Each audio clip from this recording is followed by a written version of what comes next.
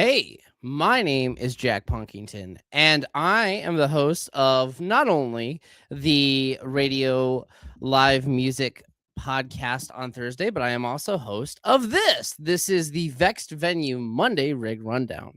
This is a podcast dedicated to all types of gear, equipment, and just talking about the love of gear, talking about what we can do to help beginners, advice that I have, stuff that I've learned, and also where we're going to interview some awesome musicians. Today we'll actually hear in a little bit. We do have our first guest. His name's Josh Lafave. He is the guitar player and one of the 3 or 4 singers of Capulet, also previously known as Radio Pirate DJ, but known as Capulet. I don't have a Capulet hat, but I have a Radio Pirate DJ hat, so I thought I'd wear it for the stream. Josh is a great guy. He was also in As Your Attorney with me, and he is a huge gearhead just like myself.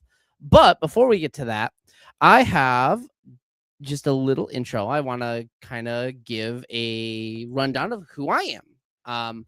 I have been a YouTube content creator for over a decade, reviewing and talking about music equipment. I buy, sell, and trade gear all the time.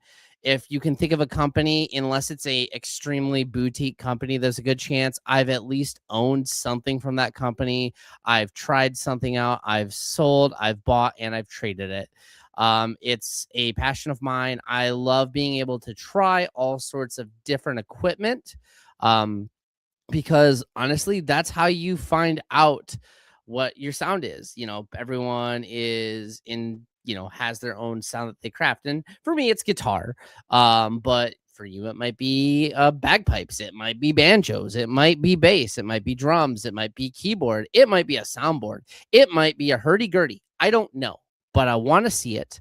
We've got some gear from our buddy Josh that we'll talk about today. But send me your gear. We've got a form that you can submit your gear to. I want to rate it. I want to check it out. I want to hear your stories. Please let me know. But now that I've given you a little bit of backstory of mine, let me tell you some tips. When I was learning about gear, there was only so much that at the time, about 15 years ago, the internet could provide. All these kind of tips that I've got have come from experiences, trying new things, and also my biggest first tip: build a strong circle of friends. I actually have about 4 people that I trade with consistently that before I even post anything for sale, I've reached out to all 4 of them that either A, I know they'll like it, B, I know they'll give me a better price than Guitar Center, and it would save me the effort of like posting it online and going through all that, because yes, sometimes that can be a hassle, but it's all worth it to have like that sort of, friendship with people. I have a buddy of mine. His name is Jeff. The dude is one of the smartest guys I know. And whenever I don't know something, I talk to him. And I've known him for 14 years now. Most of my trades go to him. If not, I've got a buddy named Jeremy and Josh. I've done some deals with my buddy Josh, but there's a lot of people. But build that strong group of friends, because A, there's going to be times where you're going to have to make some tough decisions on gear and paying bills sometimes, and having those friends, because A, you can get a better price than Guitar Center most of the time. B, you can get your gear back way easier than if you have to go through Facebook or if you have to go through Guitar Center or any sort of like music shop. And you're probably going to get a better deal if you just talk with your friends and can get it back. There have been several times where I've sold a really cool guitar that I really like, and a little bit down the road, I was able to get it back from my buddy Jeff. We've done that a couple times. So build a strong group of friends. The next kind of thing that I want to talk about is don't be, and I suffered from this for years. Don't be an emblem or headstock snob in the case of guitars. We live in such a fantastic time for gear where a $200 guitar off of Amazon is better than some Gibsons. If you listen to the band Amplify, they're a fantastic rock band from Flint, Michigan. The guitar player and I were just talking about 2 months ago at a party. He's got super expensive PRSs. He's got super expensive Fenders. He plays a $200 or $300 guitar he got off of Amazon on stage because A, the build quality is good. B, it stays in tune. And C, he likes it. He's got his own signature guitar from PRS. He's got super nice Fender Telecasters. This is the guitar he likes. And he's not the only one. There is a band out of Detroit called Escape Plan. The lead singer has some outrageous sick guitars I've ever seen.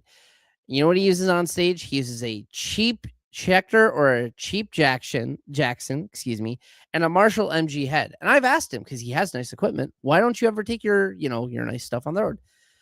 A, I know no one's going to steal this. B, if someone does steal it, I can replace it pretty cheaply. And C, it's going to do what I need it to do, and I don't have to worry about my good gear getting hurt. That's fair. So being someone who doesn't really care about, like, oh, if it's a Gibson, oh, it's it's a really expensive Fender Jazz bass, or oh, it's a really nice Remington drum kit from like the 70s. I don't know a lot about drums. That might not even sound like something that exists. It's nice to have those pieces of gear. I have a really nice Schecter Tempest that my fiance bought me for $50, and A, it's what I write almost all of my songs on, and B, it's solid, and I don't ever have to worry about anyone like taking it, because it's a really cool guitar, but at the same time, no one's gonna want it because it got destroyed on stage and put back together. Having stuff like that is really nice because it's got a story behind it. It's not gonna get stolen, and it's just going to mean more to you. Plus, you're going to build memories with it. What to avoid for beginners. So when you're on your journey, whether you're starting with guitar, that's what I'll probably revert to most of the time. It's because I'm most comfortable with, or maybe saxophone, or bass or something like that. Whatever you play. Don't go for the super complicated, super expensive equipment. Again, don't be a headstock or an emblem snob. There's going to be really solid kits. It's not like the 1990s or even the early 2000s where you're going to get a piece of crap Squire kit or whatever they would sell at Walmart. I think they were called Maestros.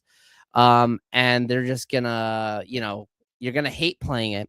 You're going to give up after a month, and yeah, you only spent $100, but at the same time, you could invest 150 or $200 and get something exponentially better. Because my next tip with this is get something quality in terms of build quality. Check out reviews. If you know nothing about gear and you want to play guitar, check out the reviews in terms of like, if there's like Amazon or Reverb. Reverb is a fantastic resource. It's got its issues, but if you want good reviews on stuff, they have pretty solid reviews. It's all certified owner reviews. So check those out. You'll learn basically all the good and bad from it. There's been many times where I want to pick up a piece of equipment. I know nothing about this equipment. Is it good for the money? Should I look into something else? Is there a more affordable substitute? Let me go check that out. So, get something that is going to inspire you to play, but get something that has a solid quality, guitar space wise, bass space. And I bet even like some drum kits, you could probably get something solid for like 300 max. I know on the used market, I could build a solid rig right now for $300. Maybe one of these days, maybe we'll have to figure out a way to do that. I could do a challenge where I could build a rig online for you guys on a rig that I can gig with for a set limit. Maybe I can do that. Just We'll come back to that idea. I'm gonna write that down. Um, so yeah, get what inspires you, get something that is quality, and then also I learned this pretty late, and I wish I would have learned this sooner. Whatever your piece of equipment is, learn the basics of maintenance. And I'm not talking just changing the strings on your guitar. Learn how to set up your guitar. Learn how to do minor fixes on, whatever your piece of equipment is. Now, don't get me wrong, if you have a really expensive Stradivarius violin, I would not expect you to be able to figure out how to repair something. That's going to be outrageously expensive. But if you have a affordable violin, maybe learn how to set it up. If you have a really affordable shamisen, let me know where you got it so I can get one and learn how to set it up.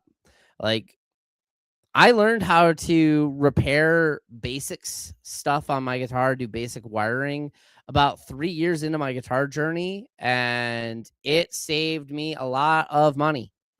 Same with setting up stuff. I can set up most of my guitars. I've got one guitar that I can't because it's got a Floyd Rose, and I'm terrible with Floyd Roses. If you're a guitar player and you're new to guitar, don't get a Floyd Rose guitar. Until you've spent some time on it. They suck. No, they don't suck. They suck if you don't know how to set one up. So learn how to set it up and do basic maintenance. It's fun. They're really fun to mess with, but also they're really complicated. If you're just learning. So, but yeah, have that support system, and even going back with that, reach out to your friends. Hey, is this a decent piece of equipment? Hey, Levi, how you doing? And I see you hopping in the chat here. Hope you're having a good night. We're just hanging out, talking about equipment for a couple minutes, giving some beginner tips, and then we'll have an interview going. But yeah, I mean, I have an Epiphone Special 2 that before I took some of the parts off for different projects, that thing plays actually pretty solid. They're $200 guitars, brand new, and they might have even dropped down to 150 because I know Epiphone has really stepped up the game on quality. And honestly, cheap doesn't even matter anymore. You don't. I like owning Gibsons. You don't need to own a Gibson. You can get a really nice Epiphone for $400 or $500. Hey, I see you're just at work. Well, thanks for popping in, man. I appreciate it. We're just hanging out. I appreciate you popping in. But yeah, it's don't believe the hype on a lot of equipment, especially if you're on a budget. So yeah, maybe if you guys would like to see that, where I maybe build a rig for you guys sometime, we could see about doing that. I think that could be a lot of fun. Oh, hey, we got a comment here. $150 for a First Act Garage Master. That was a giveaway with Volkswagen Cars 2006. So sick. I have seen these. I've never gotten to play one, but I want to. For those of you who don't know, First Act actually originally started out as a company that was a custom shop. If you listen to bands like Sleep or High on Fire, Matt Pike, who actually I think he recently just quit both of those bands last month. He uses First Acts. He also has some weird wild Gibsons and stuff, but he uses First Acts and they're custom shop First Acts. But they make the really inexpensive, super cheap models. However, yeah, these Volkswagen ones, they actually this comment here from Flyer_boy. They're right. They are actually pretty sick. I want to check one out. If anyone's got one and wants to donate one to the cause, I'll make a YouTube review for you guys. Heck, I'll even play it on stream if you just want to let me borrow it. We'll see. I can figure out how to make that up maybe someday. We'll see. I don't know. But yeah, same kind of thing. Cheap gear can be quality gear. So, here in just about a minute, let me make sure he's ready. We will have our guest hop in. Hold on. All right, I just got the thumbs up. So everyone, welcome. Hold on. Josh Lafave of Capulet. How you doing, Josh? I'm good. How are you? I am doing fantastic. I am so excited to chat about your equipment because I know you recently finally got some really cool equipment. You've had some pretty interesting equipment as long as I've known you. But I know you've also recently increased your collection here, and I'm excited to talk to you about it. Absolutely, man. Thank you for having me. Of course. So my first kind of I'm gonna go on, the form you kind of sent down. And the first thing I want to look at some of these questions. I love like when we ask you like what genre you play. You put catchy rock and roll. I mean, it's evolved for like 20 something years, so yeah, I guess that's what I would call it now. When I first started, it was like strictly punk rock and then pop punk, and then we got a little darker, and then I don't know. We we're older now. Yeah. I mean, it's fine. Your guys' music is really sick and it's really matured. I because like I've gone back, I've listened to your guys' first album way back in the day, and then hopping into, your guys' newest album, which that's 2 years old already now, isn't it? Yeah, it was like, oh yeah, it's a little older than that, I think, because we released it in like November of I don't know, but yeah, you're pretty close. Yeah, Yeah. So I know you guys are working on some new stuff. I've heard some cool stuff that you've sent me. yeah, And we still do the random recordings here or there, where or we get like surprise covers that we send out. your guys' covers always sound so sick. Like was it Garbage that you Yes, guys covered? I really like that. I'd never that heard was of them fun. before, and I was like, this sounds awesome. That was a good one. So our next question here on the form, because this is such a you answer, by the way. Why did you choose this gear? It chose me. Well, I mean, it's such a loaded question because like what era of my guitar playing life, I it was always because like in the beginning it was like okay, I just needed something because when you first start as you do, you just need an amp, you need a guitar. Maybe you don't know what to do with pedals yet. Then you get screamed at by people, there are other musicians that have been doing it longer saying like you need a tuner because you're out of tune constantly. But then then you start to like figure out over the years like what you really like and what you look for. And now I pretty much know exactly what I want for like live gigging, but I'm also just fascinated by how technology has advanced and like all the new stuff that continuously comes out. So if something cool comes out, I'm like, I have to try it. I'll get it, and some I won't like. Some have like really like stuck with me. Yeah, I always love it when you like you'll randomly send me like, "Hey, check that! I just got this really cool pedal," Yeah. and it'll be just something like off the wall crazy that I've never heard of, and I'll be like, "That's so really cool." I don't know where you get the ideas to try these things, but I love that you're always so like it's like you have a huge pedal collection, right? I it's it needs. Well, I'm having a garage sale this summer, so I'm gonna tone it down a little bit. But yeah, I have quite a few. You know to During let me COVID, I know had a when problem. I just kept buying pedals. to let me know when that garage sale is, Oh, I right? So will. I can come buy like You'll get half first your dibs. pedal Don't worry. collections. You'll always get first dibs. No Sick. worries. And then I'm gonna go to the next question that we got on our form is what is your favorite piece of gear? Mm-hmm. And ironically, yeah, what is your favorite piece of gear? And I actually really like what you put. So you want to tell me what you put down here?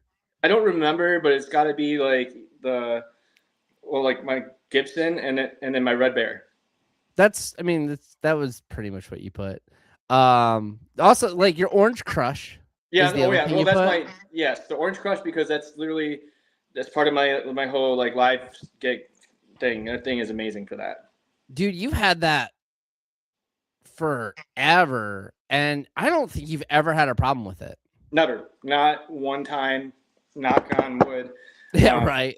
yeah, I got it during COVID. We got like those like checks in the mail, Yeah, and I'm like, cool government. I'm gonna buy an amp with that. So I I did the went on same thing. Amazon. And I've always wanted an orange, and then it was at my doorstep in like 2 days. So It's really interesting that like you've put that thing through its paces. Um You like honestly, Orange to me, Orange is my favorite amp company, and they Yeah. make such solid products. And you are the perfect example of like local artists that like uses solid state orange because it's Yeah. solid state and that Yep. thing rips, man. It rips. Absolutely. Yep. Yeah, Like, because I have my and Bagheera that is all tubes, and I used to play a Mesa. I mean, I'd put that orange right up against both of those. The sounds, obviously different, but I mean, I love it. It's so to me, it sounds like pretty in like a metal way. Not that I mhm, play metal, but just the distortion that comes out of that is beautiful. yeah. Well, I mean, And I the would clean, art. I what? and the clean too. The clean's nice. Yeah. I would argue that some of the tunes off your guys' last album they're like metal songs. Yeah, for Like sure. Mr. Sonic, I think I'm saying that one right. That is totally a metal song. Yeah, no, I can't say it. Miskatonic. Yeah, Yeah, yeah, that is totally a yeah, metal song. for sure. And then Knives is another one. But then Yeah. there's the really poppy ones too. We kind of go all over the place. We even got that like almost country one that closes the album. I mean, Yeah. it's just whatever we're feeling, we just go for it. Now, tell me about your Red Bear cab. Have you really had a chance to rip on that thing yet? That's literally all I've been playing through like since I got it. Um, I because I you found it for me because I've been looking for a Red Bear cab. It's like one of my holy grails of like gear, and I've been looking for one since probably 2004, maybe even a little bit earlier than that. And you found me one, and I went down to like I think it was like St. Clair Shores or something, and I bought it. And the guy actually included the Rando RH 200 head with it, Yeah. and then like a couple pedals. I can't remember what the pedals were, but I've actually been playing at home through the Red Bear cab and the Rando, and then my pedal board through it. What do It's you what do you think of the Randall? I've never played one until literally like months. Uh, It Josh? rips. It sounds really good. Yeah, there it is. And then it was missing the face cover, so I built that little face cover and I put the bear sticker on there to go with the red bear because I just thought that was nerdy and cool. I like the face cover you made. I think it looks pretty sick.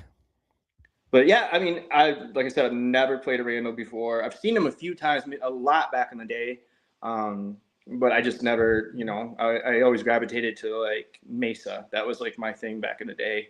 It was either that or like if somebody was playing, it would be Marshall, Mesa, and then like Josh Augustine from the band, he played through that Waller in the back in the day, and now he's got the same Waller back, not the exact same one, but it's like not. It's a new one, but it's his Yeah. again, and Yeah. that thing sounds amazing. That's another solid state.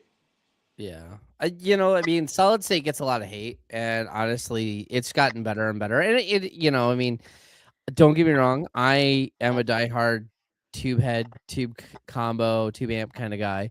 But I mean, I've owned the same orange amp you owned. I've owned the newer one that came out a couple years ago, both solid amps. I have not owned that Weller, but I've checked them out. They sound sick. They're And really like good. stuff like the Boss Katana, which is like the Yeah, new digital things, those all sound good. yeah. But I mean, there was a time where solid state amps did not sound good, like the Line Six Spider back in the day. The We Line had a guitar. 6 spiders. Yeah, we had a guitar player that had that, and we were just like cringe every time we turned on. Like, no, please don't. It's funny is I've heard it like I am not a fan of the spiders unless it's the tube spider. That thing sounds awesome. Yeah, that does for sure. But I have heard twice in my life someone get good tone out of the spider. There was I don't even remember his name. I played in this band before I met you called Anti-Archy. And we were looking for a another guitar player because I was doing more vocal work. And the dude shows up and he's like, "Well, I just wanted to bring my combo, and it's 150 watt 212 line 6 spider." Yeah. And he actually got it sounding like good. Like he had it dialed in. I'm like, dude, these normally suck. Like, good Right. job. He's like, I spent like 3 hours working on this tone. Yeah, well, and I think too, like the reason why like my initial like anti that kind of thing was because my very first like amp that wasn't like the guitar amp combo, that you get in like Yeah. it was like very, very beginner. It was a Marshall, but it was a solid state. And that thing, it's like if you just turned it up past like a certain time, a certain level, it sounded horrible too. And I was just like, I don't ever want to sound that bad ever. Wow. A lot of older solid state amps from like the older 90s and 2000s, they have what is known as the ice pick sound. Yeah. Yes. And Yep. It was that. And that nails on chalkboard. Not good. Yeah. And it sucks because like you either have to have it turned down really quiet to get a decent tone, or you have to crank it so loud that it's just outrageous. But look, they figured it out. So like now, I mean, solid states are amazing. Yeah. I really the new orange thing that they have, it's these little mini heads. Oh yes. We got a poll. I want people's answers on this poll. What do you prefer? Tubed, solid state, or doesn't matter? Let me know in the poll here. I want to hear y'all's thoughts. But Orange came out with this new thing last year. Hey, Stephanie popped in to say hi, Josh. Hi, Steph. And they're called there's the Dual Baby, the Tour Baby, and the Gain Baby. And they're all 100-watt to 150-watt little heads. They're like this big. That's so cool. They'll fit in a pedal board and they rip, man. I bet. They're not even expensive. I think the most expensive one new is $400 or $500. Well, now I'm gonna have to get one of them because me too. I want to get cool. I just want a little amp in my pedal board that's that many watts. It's exactly awesome. Because everyone goes for like a Line 6 Helix or like I can't think of the other big company. Horizon Audio, I think is what it is, and they're basically pedal board amps. Well, right here I got my Balaton. I mean, this is it's not like the highest end of the modelers, but I mean it's for me that thing is like for when I'm like learning, like if I do like the Halloween show sets, like, and I want to plug headphones into it and I can play with all the different distortions and all that. I can kind of model what like the band I'm going to cover is doing, and then just sit there and do like our set over and over and over again on it without it being plugged into anything else but my guitar and headphones. That'd be sick. It's a good like home practice rig. Yeah, we got Cody popping in saying 2, which he means solid state. Cody, I actually just saw his band, Goldstein, the Goldstein lawyer band, Goldstein. They're like Michigan's version of Hatebreed. Oh, sick. Yeah, they are really, really sick. And he rocked up with a really sick acoustic bass half stack because he's the bass player. And I was actually like impressed. Like, dude, like, the tone you got out of this thing is sick. So Cody's a really sick bass player. He got really sick tones. I feel like acoustic, they don't get enough love for their bass. Their guitar stuff's like but their bass stuff's like right up here. It's like right up top. So I want to hop on to our next question, and this might be my favorite question. And it's because I don't know what my answer would be. But what piece of gear would you never get rid of? And I don't what did I say? You said Lucy. Oh, yeah, absolutely, without a doubt. Lucy's getting buried with me. I have tried so hard to buy that off you like 5 times. Nobody can buy that off of me, no. No, she actually is right here. She wants to say hi. This is Lucy. Did you just clean her, too? She's shining a little extra today. She's retired, so I don't bring her out very often, but she's been clean for a while. But yeah, in the year 2000, no, actually it was 1999, I spent half my graduation money on this little girl. And she's the love of my life. They're so sick. I really want to get the SG version really bad. They're like such a good guitar. I've literally only had like her in for service one time. And I mean, the amount of shows that I played with that guitar is insane. And it wasn't even like a wearing issue or anything. It was literally just like a tune up and like clean out the pots type of thing. That was about it. That's all I've ever had to do. And now Gibson's quality has gone down. I know. I hit while the iron was hot. Yeah, you know, I mean, I honestly like so 2014 and back is solid. Yeah, for sure. 2015 they changed ownership and it's considered Gibson's worst year in modern history for them It's super because disappointing. that's when they put like every guitar had robot tuners, every guitar had metal flake paint, Yeah, every guitar had a 20% price increase. It was outrageous. And no one bought them because they hated them. yeah.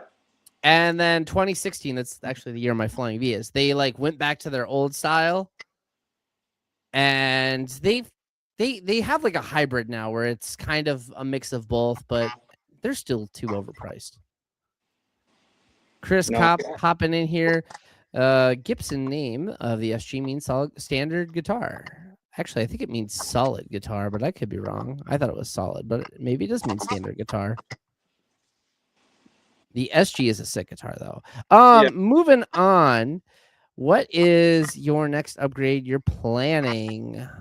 Oh, yeah, you were telling me about this. The single pickup custom parts caster that you're building. Yes. Okay. So, Josh Augustine is a genius when it comes to this stuff, and like he's constantly like he'll buy like a cheap Squire, off of Reverb or something, and then he'll just like rip everything out of it and put like a single pickup in it and like one volume knob, and that's it. Just very simple, straightforward, and like and maybe replace the neck with like a caster neck, and like Mm-hmm.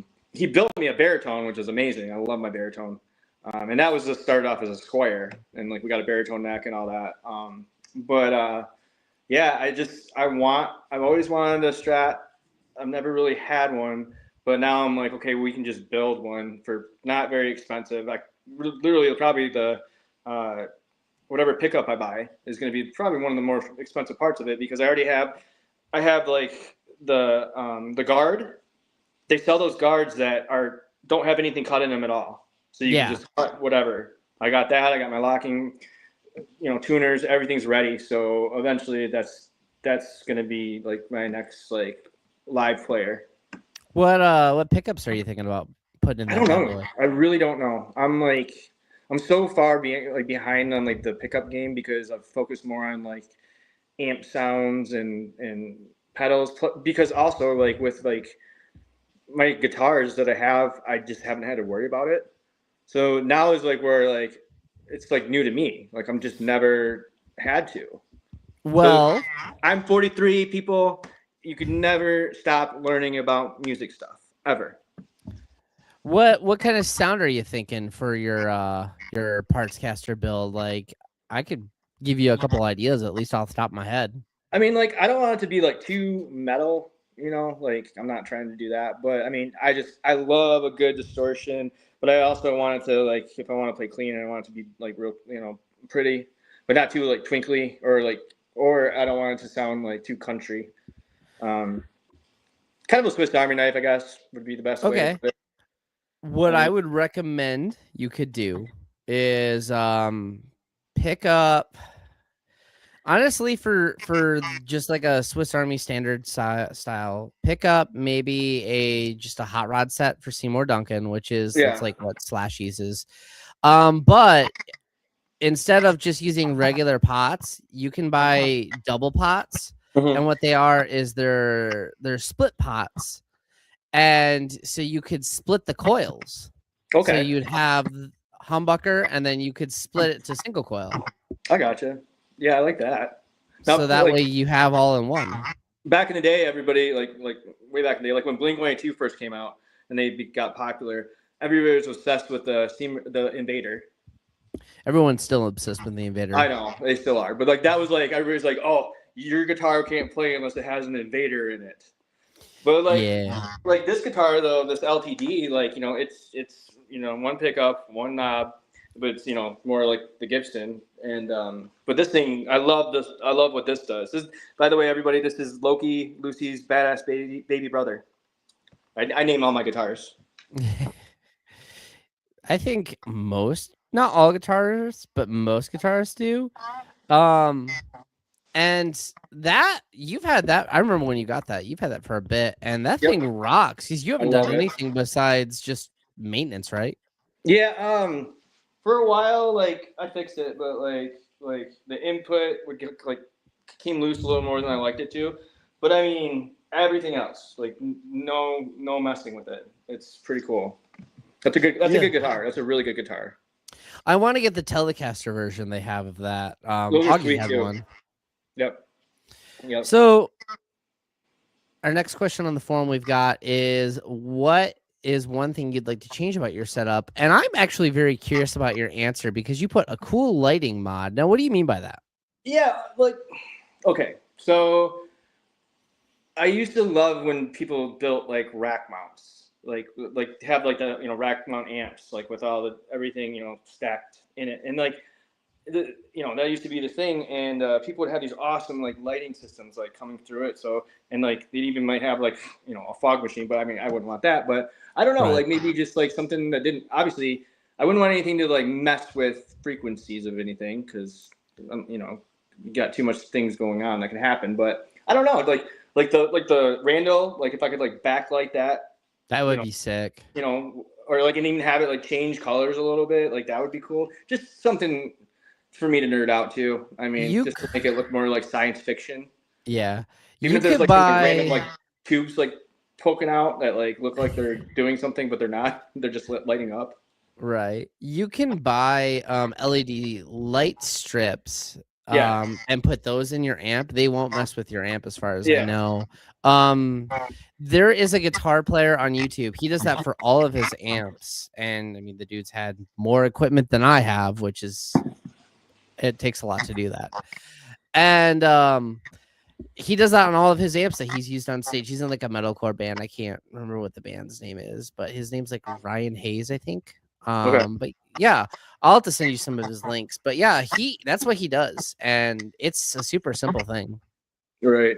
Also, like you see a lot of people. Well, not a lot, but like there's those custom guitars that sometimes they have like light up like fretboards. Not that I would like there's no practical reason why I would need that. I just think it looks cool, and I don't even know if I'd ever like use it live or anything. But it'd be cool to like have something that could like a guitar that like could like look like a circuit board or something lighting up. That would be really neat.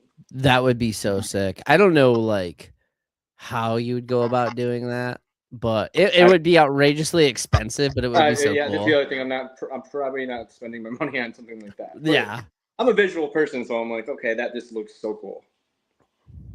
So we can kind of skip the next question because you kind of already answered it, which is what is the most expensive piece of gear in your setup, and it's Lucy. For sure. Yeah. Yeah. But I like the next question we've got on the forum here, and that is what's the cheapest piece of gear that you have that sounds amazing? And I know about your orange, obviously, but the Yeah. other I mean, two, I don't know what those are. what did I tell So you? you've got the Velotron. I'm probably saying that wrong. The valve. Okay, yeah, that was my that's this guy. And like Okay. I said, like it's not like you can really go expensive with like the mods and for I'm not using this thing like just this thing live. I got my amps for that. So this is Right. more of like a home fun thing. My little experimental thing. And it does exactly what I need it to do, and it's got a great like bank of so many things. Plus, you can customize everything. I haven't even had time to, and I've had it for like 2 years. I haven't even had time to like really get into the guts of it and do the cool stuff that it can do. But I think for like an affordable, you know, mod system like this is a good one. Okay. What did that run you? Out of curiosity. Actually, I pulled that up because I was curious. I was like, what did that run me? It was 349. That's not terrible. That's Not what I at mean. all. It's like it's not. I mean, it's not cheap, but it's like you can go above a grand easily Oh for yeah. like. Well, I don't even know what a Helix is. Those are probably more than that, but Um or are they under? Are hold they like on. 9? Let me see. They're I don't know. probably not too far off. Because like so what you've got is kind of like an in between, I think, between like a Yeah, line 6 pod and what the next step would be. But hold on. yeah. Helix. Let's see. Oh, come on. You can search faster than that. shopping. I don't think like the Valentines are like built great. Like I don't think they would hold up well on stage if somebody was just going to try to use that. Because I don't know the way that the switches are and stuff on it. I don't. They're a little bit too like tall. If that makes sense. Like you can actually like if you like look, you can see them like sticking out. Yeah. And then they have like the shorter ones. And I could see like someone trying it and then like break one of those super easy. So a brand new Line 6 Helix runs about, on the low end is 1,800, on the high end is 22. Yeah, so it's like you're buying like a head in a cab, like a good rig. Yeah. But yeah, this thing does exactly what I needed to. It wasn't bought because I wanted to like use it on stage. That's sick. Marcus bought I forget what he bought, but I mean his was, I don't think his was like $1,000, but it was like up there. That he uses now when we play, instead of like lugging his big amp, everywhere. But I love his giant amp bag. What it's like a 8. It's an 8 like 12, right? It's huge. I think it's an 810. Taller than he is. Okay, 810. Yeah, I think it's an 810. Yeah, and it's old, but it sounds amazing. But dude, that thing is like, it almost takes 3 people to carry that thing upstairs. I have no idea how you guys got that upstairs in the Pike Room at the Crowfoot. Yeah. For the show that you did a couple of years ago. Elevator. They have an elevator. Oh, they have an elevator? Yeah, they got an elevator. I don't remember that. I just remember taking the stairs. Just wheeled in, send it up. You gotta take it up the stairs like a real musician. No, thank you. The thing falls, the thing still went out with it. Yeah. Well, I mean, like, so we jam at his house and like there's stairs there. So when we gotta like take it out, for live gigging, we gotta go up because it's in the basement. And then like back in the day, we practiced at my parents' house and there were stairs there to get down in the basement. So yeah. It has gone up and down stairs many a time. So I don't know if you've had a chance to play there, but there is a venue that I enjoy playing. It's called Corktown Tavern. I have not. So their stage is upstairs, and they have 2 staircases. They've got one in the front exclusively for band to carry their gear up, and then like everyone comes up through the back. Man, those stairs. Yeah. those stairs are rough. Yeah, like I exclusively switched to a combo amp because of those stairs. It's rough. Yeah. Yeah, the only venues I played down that way are with you. So both of those venues. Sanctuary, and then what was the other one called? Because it was during the Corktown Music Festival. We played that. Oh, the new Dodge. The guy's amp blew up. Yeah, they closed. Oh, well, dang! That was like their grand opening too when we went. I know. No, they closed just like this last year. They're rebranding. It's a whole new ownership and everything again. Again, yeah. And then the Sanctuary's changed too. It's not there anymore. Their new place sounds like it's gonna be amazing. Yeah. Never the Crash is playing there. Cool. So I want to go. Shout out Never the Crash. Your new album rules. I like it a lot. Dude, that album's so sick. Don, you're the man. Don, if you're in here, you're the man. Your equipment is awesome. We go back to way back. We went to a Smashing Pumpkins show together. It was awesome. Now, your worst piece of gear, which you talked about a little bit, was that it was a crate combo? That was the one I was talking about. My original, yeah, I said Marshall, but I meant crate. There was a crate solid state. That thing was god awful. It's funny to me. You don't have it anymore, still, right? I'm pretty sure that thing. No, I might have kicked it down some stairs one time. No, I said this on the Thursday podcast near the end of the night when we were just basically like after we'd already played the music. We talked a little bit about gear, and it's a theory that all guitar players have owned a crate amp at least once in their life. And it like even if they got it for free, if it just I've had them just show up at my house and I don't know how they got here. Yeah. Everybody's owned a crate amp at least once in their life. Fun fact, my very first electric guitar was a Crate Electra. Dude, my buddy Justin, he still has his.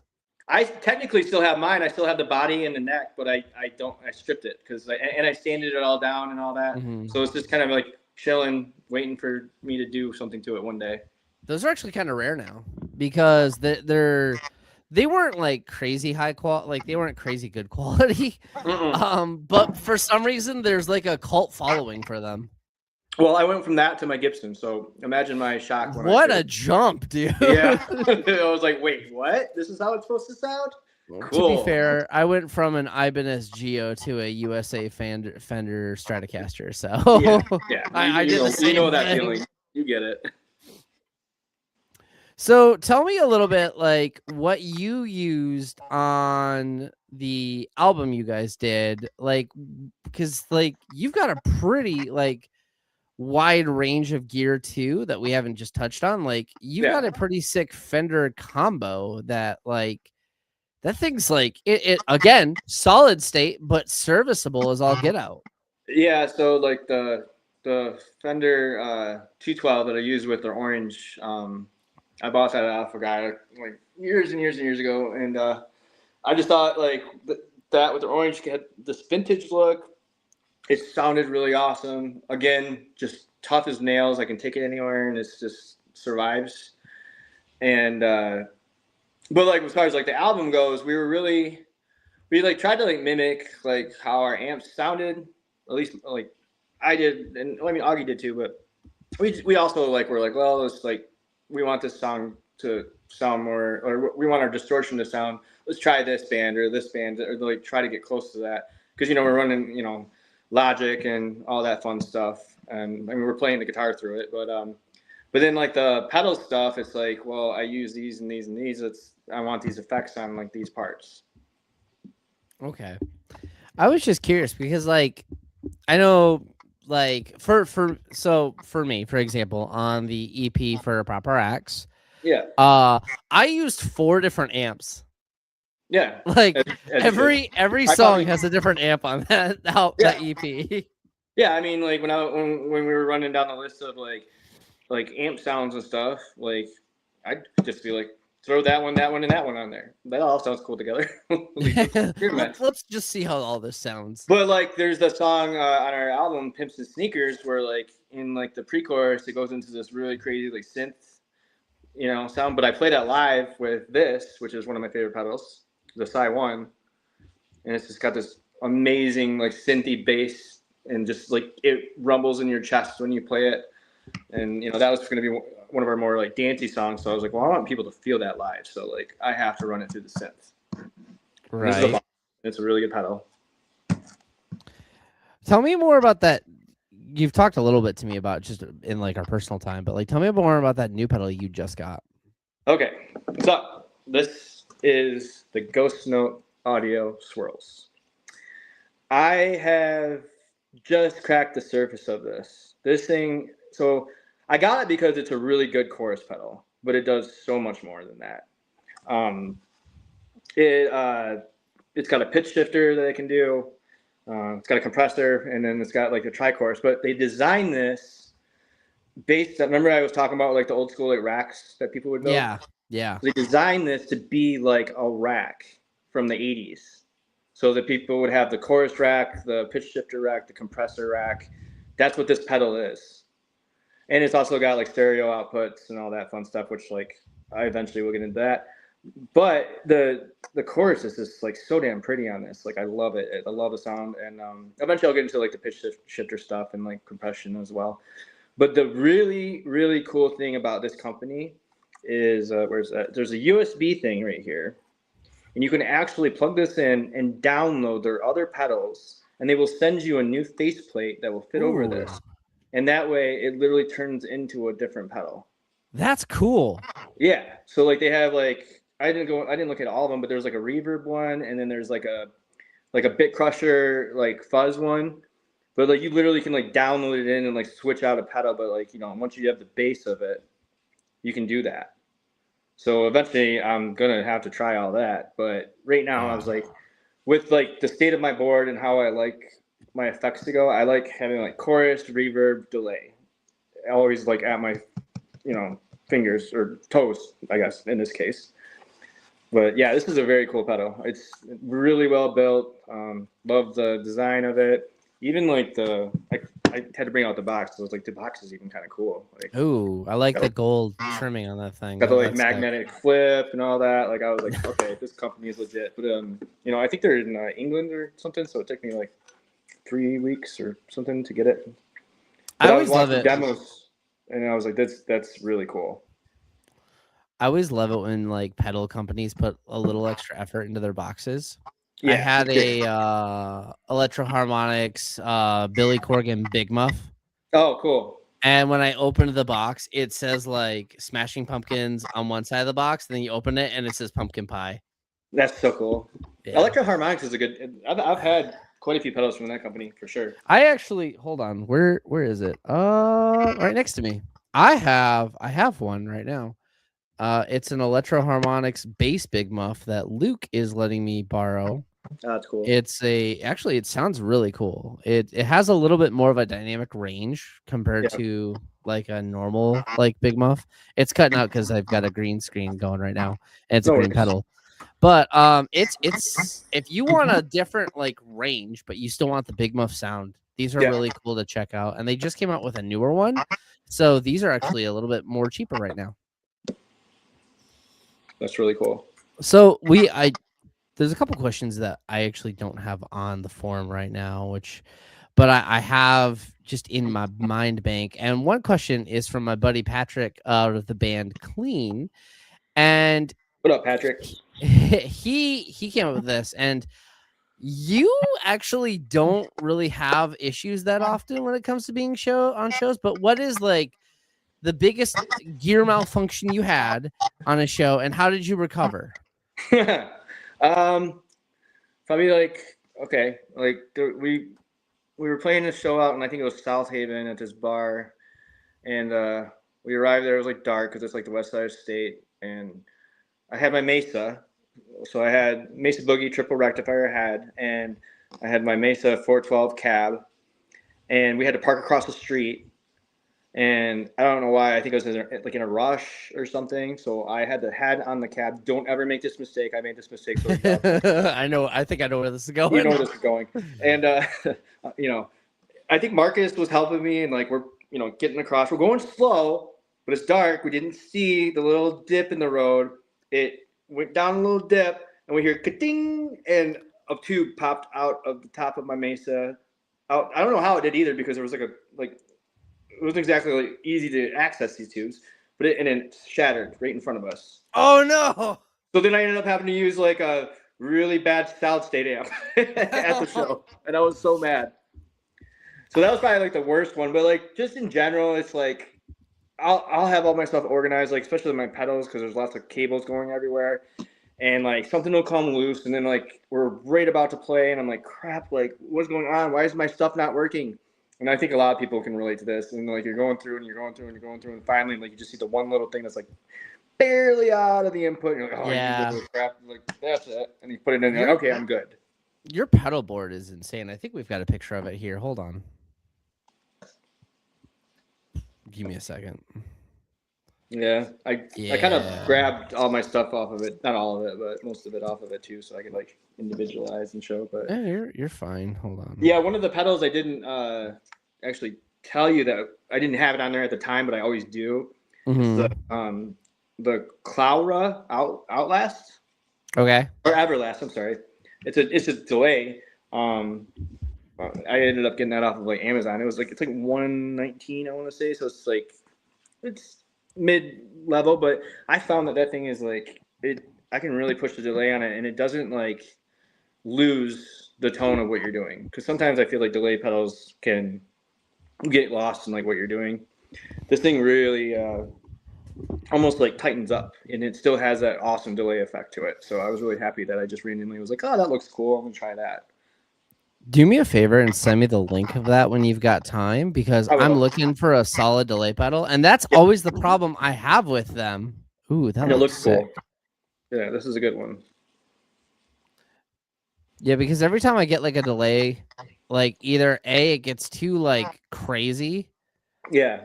Or like I just can't get that really like nice delay sound. You'll also like that this has a control input because I could see you like messing with that. Oh, that would be kind of sick. Like you can put a Yeah. foot switch in it and do like a Yeah. tap tempo thing. Yep. Yep. Oh, that is sick. So it was like 119, but I was like, man, this thing just kind of, and it's got a huge range of different delays it can do, and I love how it's got like a texture, knob on it, which a lot don't.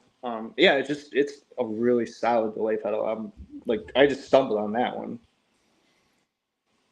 Nice. Now, I have another question, and I don't think because you don't get rid of anything.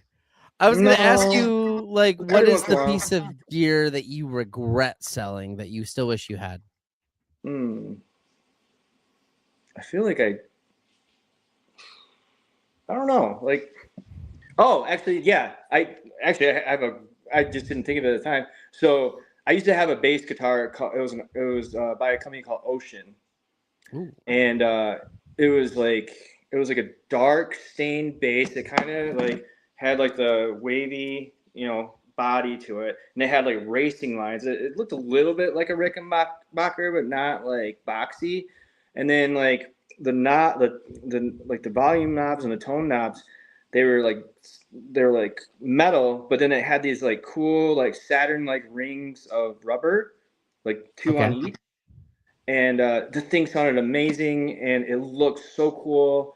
And yeah, I think I was just like trying to get rid of some gear, and I just didn't care at the time, and I sold it with like a few other things. And that's the one thing I really wish I still had. That bass sounded so good. It was beautiful and played well. It looked heavy, but it wasn't really that heavy. Yeah. So anybody out there that knows what I'm talking about, if you see one anywhere, let me know, because that's also part of my holy grail system. I'll keep it in mind if I ever see one. Yeah, Ocean. That's the company, and it was a bass. Is it spelled like yeah, the Ocean, like OCEAN, and then it's a bass, and like it was, but it had. I remember like the little like racing stripes that were in like the, like the body. It was and the knobs were. It was so cool. Dumb move on me. Don't ever sell cool gear like that. Trust me, we've all had to do it. I've had to do it so many times, dude. I know. But it's all part of the experience. Can I show you my most important pedal of my system? Yes, please do so. This bad boy right here. Your decimator? The decimator. Isn't it just a noise gate? Yep. But this one, I feel like this one is so tried and true. This thing just, I don't know. You still get all the feedback you want and all that, but it cuts it off right where you want it to. It's like really, really dials you in. That literally is, besides my tuner, it's like I absolutely have to have that with my rig. I found Ocean basses. Okay. They don't sell them anymore. I know. I was just like, wait a second, Guitar Center has one. Nope, they're not in production anymore. They are pretty sick. Yeah, they're cool. Yeah. So instead of the Red Bear hunt, we're doing the Ocean hunt. I'll keep that in mind. Yep. Oh, it was owned by Guitar Center. It was a Guitar Center brand. Okay. Well, good on them, because it was an awesome bass. I loved it. Yeah. I actually sold it back to Guitar Center, so it went full circle. Yeah. They were only like $300 new. Yeah. You can get them used for about $200 to $300 on Reverb. I will keep that in mind, and I'll see if I can find you one. Okay. Yeah, like the one the one I had was like dark stained body, but it had the racing stripes on it. Yeah. I can't remember what the racing stripes were, like lighter or darker, but then those like knobs that had like the little rubber things on them were really cool. Yeah. So what the racing stripes you're referring to, is there 2 stripes in the middle underneath the neck? Yes.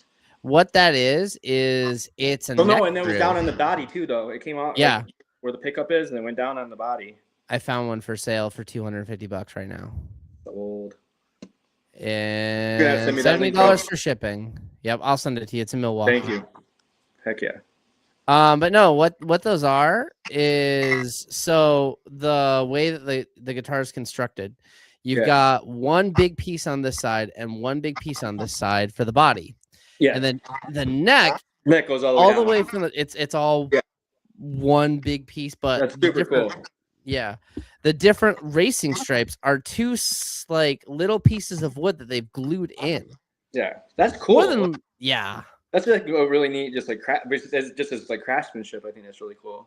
Oh, I actually really like the design of these. Like these knobs are cool, I man. know, man. Like I'm really I've never liking seen these anything like that. knobs. Yeah, I never seen anything like that since then. And like when I saw that, I was like, this is like a Saturn base. This looks like Saturn's rings. This is so cool. Yeah. The also like the bridge looks like that's solid too.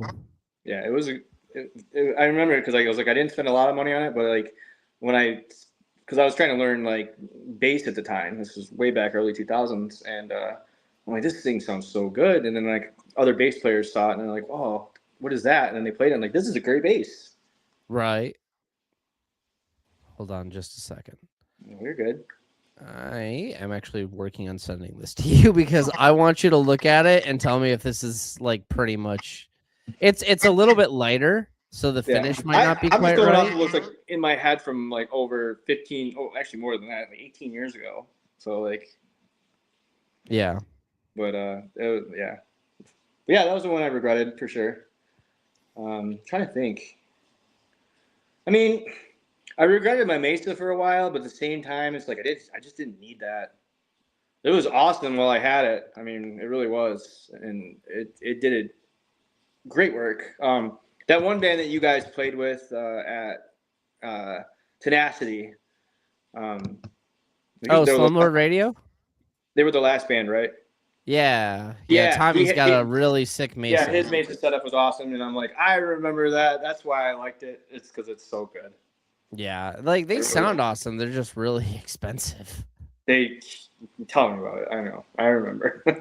And I will say I have owned 4 Mesas and I've only liked 2 out of 4. Yeah. I just sent you the link. Let me know if that is the right base. Okay. I will. Because I'm curious of if I was able to find it live on stream. That would be kind of awesome. Let's see if it pops up on my iPad. But yeah, that's probably the one for sure. Yeah. So what is your next like?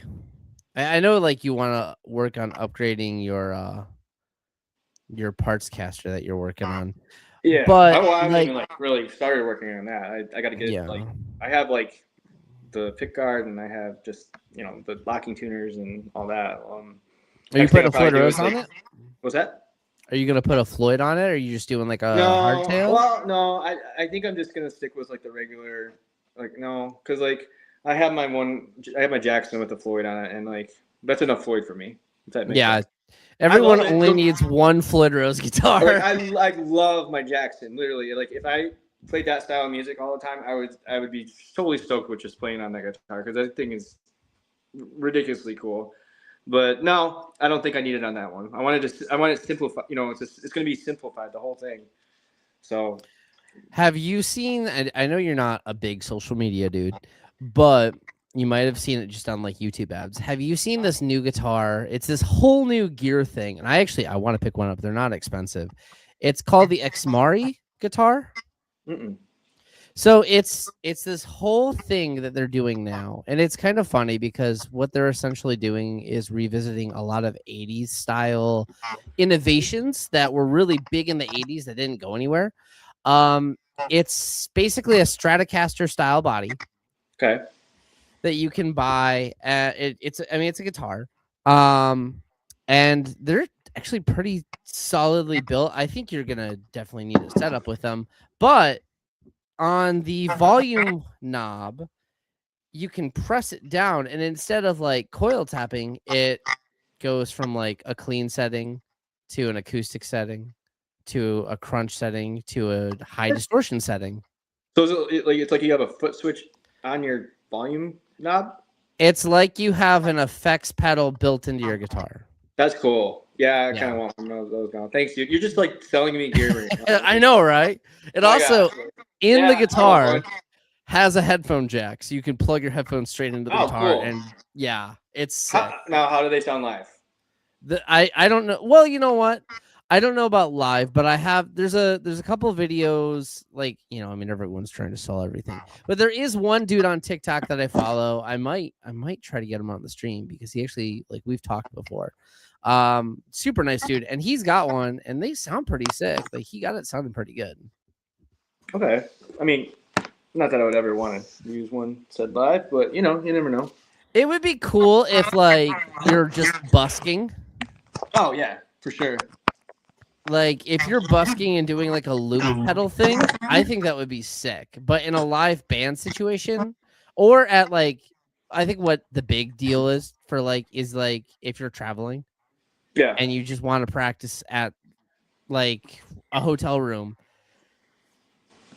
yeah, you can just plug into it and just like jam. So I definitely want to check one out. They're definitely cool. I think it's a neat concept. But back in the 80s, they were a lot of guitars were doing this where they had like effects built in. That I know you own at least one. The pedal company Moore.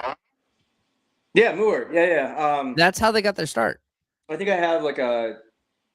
I think it's probably like a synth pedal or something. Yeah, I have one of those for sure. That's cool. Yeah, that's how they got their start, was doing stuff like that. Vox had a couple guitars that were like that. I don't know. I don't think you remember this guitar, but I had an Electra. Do you remember that? It was like a Les Paul style guitar. And that thing, mine was gutted, but those had basically 2 floppy disks in the back of the guitar that you could plug in and it would have an effect on it. What? I kind of remember that. Yeah, that's kind of crazy. Yeah, so go ahead. It's really interesting that guitar companies or like companies in general are kind of doing that sort of thing where they're bringing that, like weird innovations back now. I will show you my most innovative thing I have. Please. Grab it. So I know a lot of people are like split on these, but this is. You know what? I want to try one. I really enjoy this. This is cool. It sounds beautiful, clean. It sounds beautiful, just as an acoustic. It's not going to be as loud as most acoustics because it's very thin. But I love how easy it is to play because it's built, how it's built. And but like it's kind of cool because like you don't want to like run like distortion through it. I mean, I guess you could, but fuzz works really good on these. Yeah. So it's like not quite just not super heavy, but like you want a little bit of that push. This thing can handle it, and it's really neat sounding. I was kind of blown away. It's funny because like early 2000s when they came out with those originally, and they sucked. They were really inexpensive. They were really poorly made. And then I don't know whose idea it was to just be like, let's take those and like make them really expensive and like, well, not really expensive. Like they're not outrageous. They but come like down in price now. Like now they're they're fairly affordable for like that kind of guitar. Yeah, but like they're not cheap. They're not out there. Yeah, like let's make them actual solid quality. Yeah. Well, I'm gonna start doing like open mic nights. Like I want to go down to where Lars does the open mic night, in Berkeley. Yeah. And like that will be what I use there. That would be sick. That's pretty. I mean, pretty really perfect for what that is. Yeah, for sure. What was I gonna say? So along the same kind of thing, as like the effects pedals, there's another big thing that's going on with guitars right now, and a lot of TikTok is kind of where I see them. Yep. Is they're making carbon fiber guitars with speakers built into the bodies. Wow. Okay. Was that for like busking? It's not. I don't think it's really for busking, or is it for more like home practice type thing? Home practice kind of thing, or if you're like traveling and stuff. I mean, I have this little Spark amp. Yeah, those are cool. And those are very cool. I mean, I think I paid like $75 for this used, but this thing sounds fantastic for like that's all I would use it for is traveling. Yeah. Well, and Pick, also I think like stuff like that's good for like, say you live in an apartment, you don't want to have headphones on your whole entire time you're playing because you need to hear like what it sounds like, what it really sounds like, and then right. like keep it low enough where it's not going to bother your neighbors, but like, that's a good thing for that, I would say. Yeah. So like I feel like the guitars with like the speakers and the effects are like just the next generation of like this style thing. Yeah. And I think we'll get to a point. I was actually talking with Chris, who is he's the producer of all of this and Well, one of Chris, the thanks for owners having me. of Vex. Appreciate it. Chris is he's so nice. He actually sent me a couple demos today and they were killer, like really good.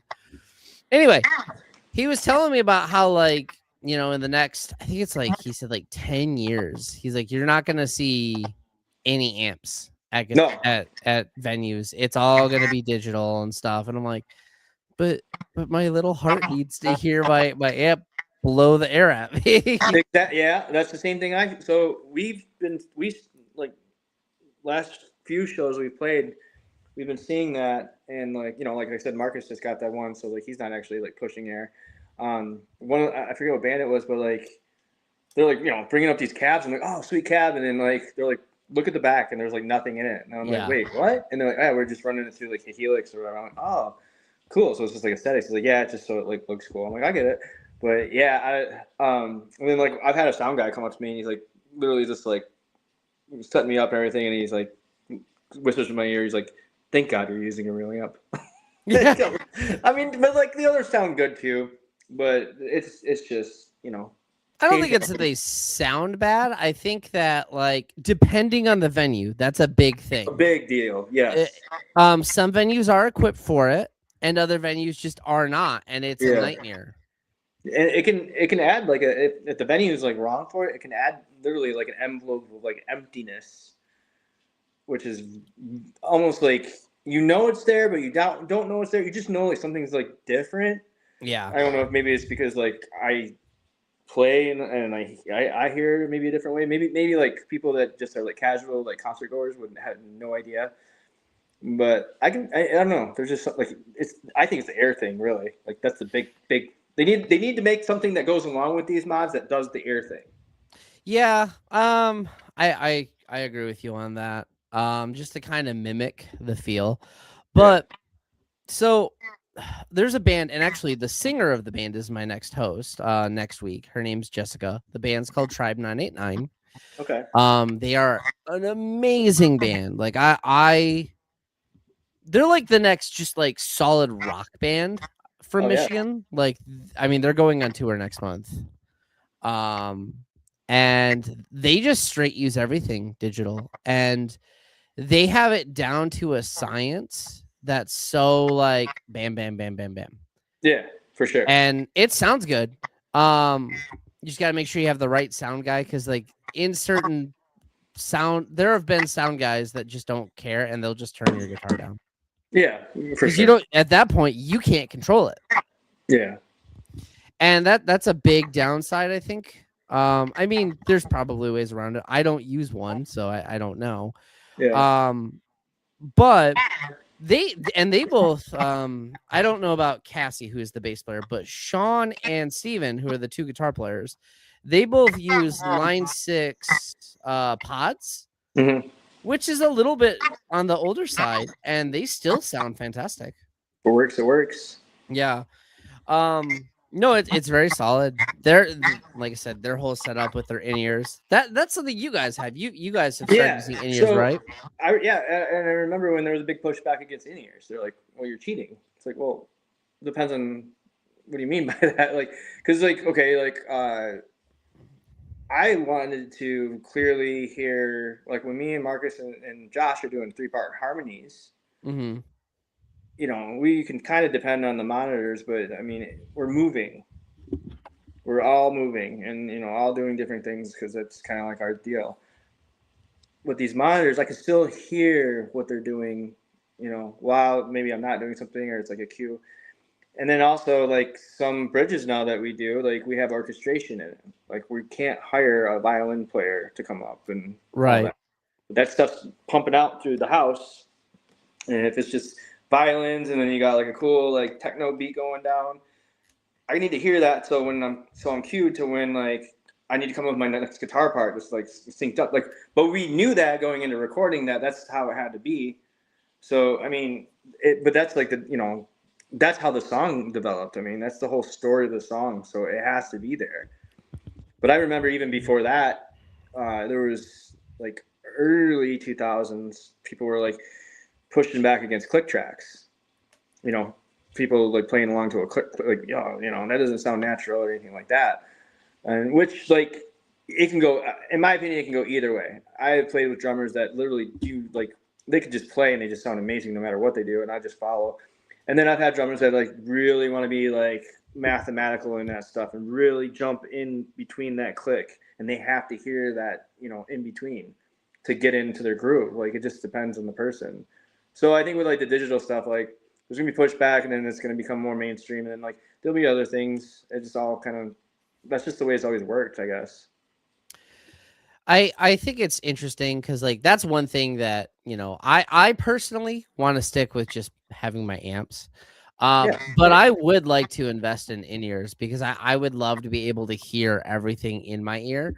But the Yeah. thing that scares me about that, do you remember our first Hamilton Street pub show with the guitar player who only had backing tracks? Yes. And Yeah, then yes, that can happen, and that's scary. Because if that's that goes what wrong, scares me. it's all thrown. Yeah, that's always like before we play, like Josh is always like, okay, like we have to make sure all this is right because if this screws up, we gotta like start over, and like we never want to do that. We don't want to be like, oh, we gotta restart. Crowd, sorry, Right. our track skipped or whatever. That's we don't want to do that. We want to play and then do it. Yeah, it can happen. Um, So yeah, you better make sure it's like going if it's gonna work. But I don't necessarily like I don't have a problem with backing tracks. I think they're fine. Especially if they're done right. Like both you guys and Never the Crash like start your sets with backing tracks yeah, and they're sick. Like it sets the mood. It does a really good job of setting the mood, and I think that's pretty cool. yeah, Um in terms of like, the in-ear thing, for those of you who aren't aware and who are just like hopping in and just maybe wanting to learn about gear. So in-ears is a thing that a lot of modern professional musicians like Josh, Tribe 989, I think has them as well. Yeah, they're these. Tornaway uses them too, I believe. I You don't have the plug, little wand thing that plugs into the. That's at the yeah. practice space, but yeah, that's just little. You wear this on your belt. Yeah, basically it's like a little power pack, and the ear in your headphones basically make it so you can hear everything together, right? Like You you can can also hear, choose what you want to hear too. You don't have to listen to everything. right. I usually say I want to listen to the drums and the vocals. I don't need guitar or bass, but I also want the tracks in there. But like, you know, like Marcus was like, I just want to hear like their vocals and my bass, and that's it. And then I'm not sure how I think that's how Marcus liked it. And then I don't know what Josh liked, but yeah, like you can choose to the sound guy. Right. And I think it's a really cool like invention. I think it's sick. The only thing that scares me, and like we were talking about earlier, for people who do not know, when you put that as like that's your setup Yep. and you control, like you give that to the sound guy, most, not all, most sound guys are cool people. They'll get you taken care of, especially if you treat them right. Always treat your Yep. sound guy right. Always treat your sound guy right. Yes, always, Um, always, always, always. They are your best but friend when you play live. yeah, you like buy your sound guy like some food or something. Like do something to make And sure your tip your sound guy's bartenders. happy. Yeah, always tip your bartenders. But anyway, we played at Hamilton. Of course, it was Hamilton. This was actually our first show there. And we played, had no problems. Next guy comes on. and he's just a guitar player. He's got backing tracks that he plays instrumentally to, and there were a couple of songs that he sang to, and I think it was the last two songs of his like whole thing. And when you have a bad sound guy or a sound guy that just does not care, this is what's going to happen. Since he had his in-ears, he could not hear when the microphone basically was turned off. You And could hear everything so, but him singing, but he was singing still. yeah. I felt so And bad for him. so he could hear himself singing. Yeah, No for one else sure. could. Yeah. And we had to find the sound guy. The sound guy comes running in and just turns up his guitar and then leaves to go back out and smoke. So one of my little tricks is like when I put my in-ears in, if I'm playing live, I keep one out just a little bit. So that way, if that happens, I can totally tell that, just out a little bit, just enough, in which you gotta adjust him a little bit. But yeah, I felt bad for him because like he was really good, and then He was he had so no sick. idea, and we're all like trying to find the sound guy, like, yo, you gotta fix this. This is ridiculous. Yeah. That was on the sound guy. That Doesn't place always has had happen. so many If it actually, it's problems. pretty rare because like most sound guys at places are all about wanting to get the best out of you. Yeah, our So sound guy at Vexed Venue is really, really nice, and he's really, really cool and does a fantastic job. yeah, I mean every time we play at like the Crowfoot and Pike Room, they have like the most like fantastic team there of people, and they just ask you like, what do you need? Like, how can we help with this? Like, how do you want, what do you want in your ears? It's like they go above and beyond, and I just like they're the best. They're just like the greatest people. I have not heard a bad show at the Crowfoot. They do an amazing job there. Yeah. I'm so looking forward to the Halloween thing this year. I don't know what's happening with that, but as far as like what I'll be participating in, but I'm sure it'll be fun because it always is. Yeah, I want to do it someday. Yeah, you guys should. I was gonna actually bring that up as like about the tracks. So we did the Backstreet Boys and NSYNC, and we're a four-piece. So we had backing tracks piping through the house for that, but it was all their harmonies that were going up because they do like multi-layer harmonies on their albums. Right. We went and re-recorded those, and put them onto like the actual like tempo, like the click track. So it was actually like us singing it, but there's not like clones of us, so we can't all be doing all that at the same time. Right. So but I mean I thought that was kind of neat that like we figured out a way to like, okay, like let's just like do what they did but like re-record our vocals doing it. And then like we were doing all the mains obviously live, but like all the very cool backing stuff that you only hear on the albums was just like, so that, I mean, we had to put the extra work in, but I mean in the long run that's a good way of like, that's how you use tracks to really like fill it up. Yeah, I wish I could have been at that show, but I remember watching like the clips and stuff, and it sounded really sick. I thought it was That was a fun one.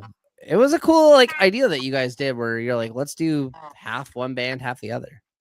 And make them like with distortion and fun stuff like that. Yeah, because we couldn't. Well, we weren't just gonna walk out there with like head mics on and just sing it while there's like tracks going. And we're like, no, we're playing our instruments to this stuff. I could totally see you do that though. Well, we did have fake headset. Yeah, mics. you had fake headphone I threw mine mics. off after the first song because it was getting in the way, but we did start that way.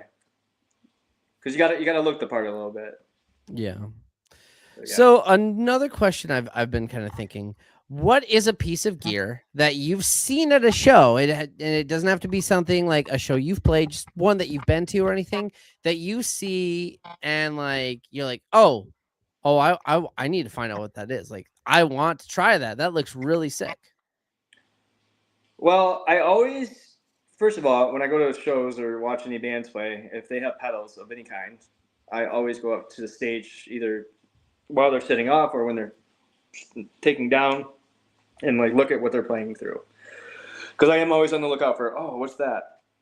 I can't say I've seen anything like recently that I'm obsessed with, but back in the day at the Flint Local 432, there was this band that played called Emotep, and they were amazing. Like it was a guitar player, a drummer, a bass player, and this amazing singer. Her name was Betty. I can't remember her last name, but they were like they literally sounded like they were from the future at the time. I mean, this is early 2000s, but they if anybody can find the song "I'll Steal You Stars" by Emotap, listen to that and it'll change your life. It's they were so far ahead of their time. I feel like literally like 10 years later, like Evanescence or something must have like heard them because like they took some of that sound. But the guitar player, he had his like little two speaker like Fender, like it's probably like my Fender Champion, like on stage, and it was kind of like angled up a little bit like a stand, and then he had this pedal board, but it looked a lot like my Balaton. But back then they didn't really like make those, so I don't know what he was using, but it sounded like the heaviest, metalist, crazy sound I ever heard.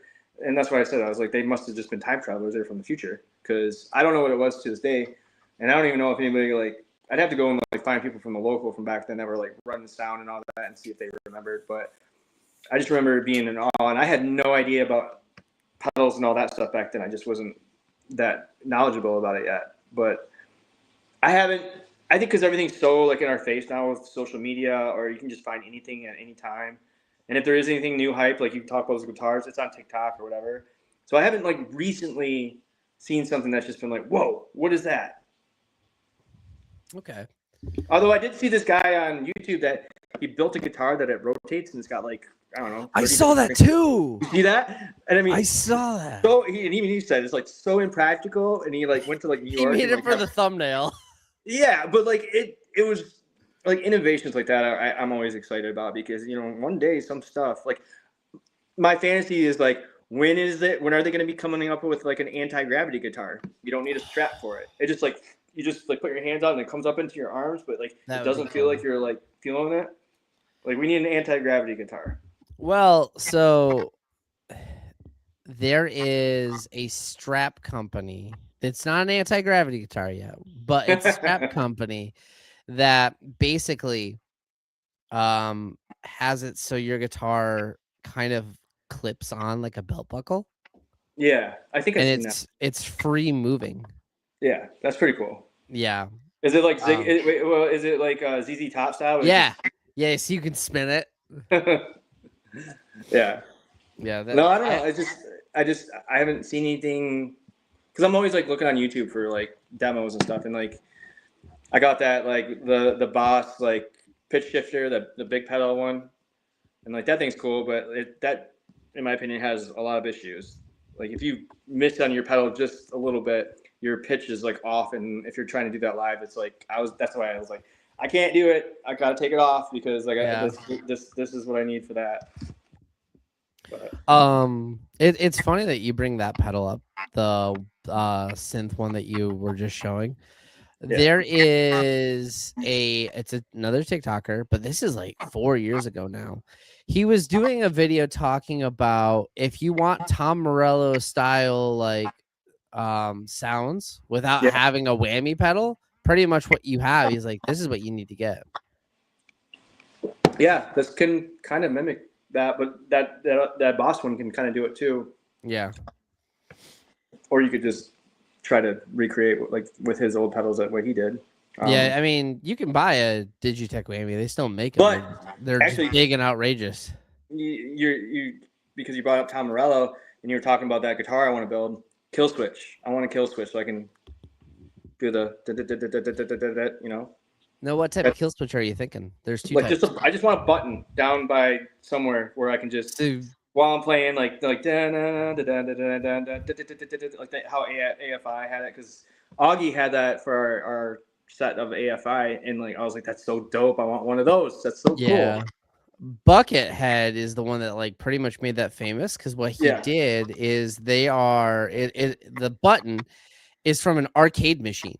Yeah, that's what I want. And you just tap it and I want to try one too. Yeah, I think that would be so cool. Sick. But I want that on my little custom, parts caster for sure. That'd be sick. Now, man, I just had a pretty interesting question I was just thinking about. Don't you hate it when that happens? Yeah. Well, we got talking about kill switches, and I was like, I know. Well, you brought up Tom Morello. I had to. Yeah. Have you seen his Arm the Homeless signature? Like they finally made it. Yeah, I did. I Yeah, want pretty one. cool. Well, I wanted one, and then Fender went crazy. I know. I know. You're gonna jump Oh, on that. Well, and I then are you gonna jump on the buy the cheap guitars that are coming out because they're like offs, like one offs, like and like they're like, oh, they're not quite there. you mean Harley Benton? Harley Yeah. Benton makes fantastic No, no, no, guitars. not like no, but like they're like misprint guitars that like people are finding for like $90. Oh no, I Like haven't they're heard just about like this. something slightly like they play fine. It's just the look of it. Something's just slightly off. So they're people are like, oh, I got this guitar for $110, and like it's like usually this much more. And No, I have not checked that out. I'll have to look into that. yeah, people So are doing videos on it. that I send me one of those videos. I need to I check that will. out. I remember what my question was. What is the most disappointing piece of equipment you've ever had? I think I know what the answer is, but I want to know what you think the most disappointing piece of equipment you've ever had is. Well, that pitch shifter one was a little bit because of I found the flaw in it while trying to do it. Like I was prepping to do it live, and like if you don't push it all the way down to like get to that lowest octave, then you're screwed because it's like midway through and it sounds like crap. So I think like I mean I probably wasn't even using it right because I just didn't have time, but because I'm like, oh, I just want this to work now. I don't know. What answer did you think I was gonna say? I thought you were going to say your Meteora. Oh yeah, 100. Yeah, because that's gone. Augie sold that. I had Yeah, Augie sell that. you were so excited to get that thing. I remember was. when you're like, dude, this thing sucks. Well, because that band that we played with had one, and it sounded Dick amazing. Hickey.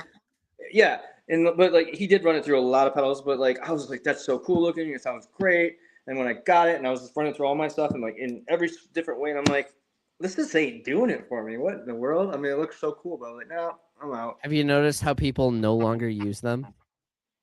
I mean, that was literally one of the few bands I saw use one. Jim Root from Slipknot uses them, like he likes them.